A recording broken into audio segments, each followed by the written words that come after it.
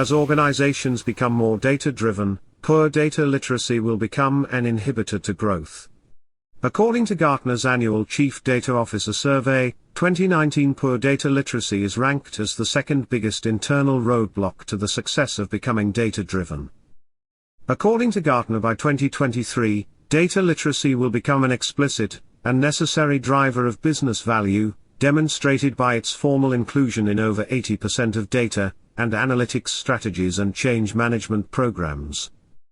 Gartner defines data literacy as the ability to read, write and communicate data in context, including an understanding of data sources and constructs, analytical methods and techniques applied, and the ability to describe the use case, application, and resulting value. This all boils down to a simple question: do you speak data? To be data literate, you need to have the ability to derive meaning from data, and communicate that meaning to others. Data literacy competencies include the knowledge and skills to read, analyze, interpret, visualize and communicate data, as well as to understand the use of data in decision-making. Data literacy also means having the knowledge and skills to be a good data steward, including the ability to assess the quality of data, protect and secure data, and take responsibility for its ethical use. The ethics part of this should be non-negotiable. Another great question is, how widely and deeply the staff needs to be trained in data literacy. This is a good question, and has been raised by multiple customers. The answer is that you need to define and understand minimum viable data literacy.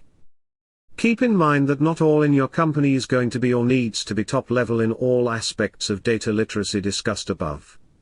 Work with your HR and business people to define MVP level of data literacy skills needed in the company, then build a supportive data literacy program, and start executing. As your business and company grows and matures in data utilization, your business needs for the MVP level also change. Monitor and change the threshold level of skills by evaluating it periodically. How to get started with data literacy?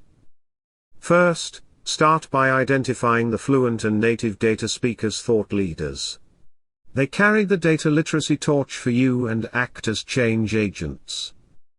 Second, look for areas where communication barriers mean that data isn't being utilized to its full business potential.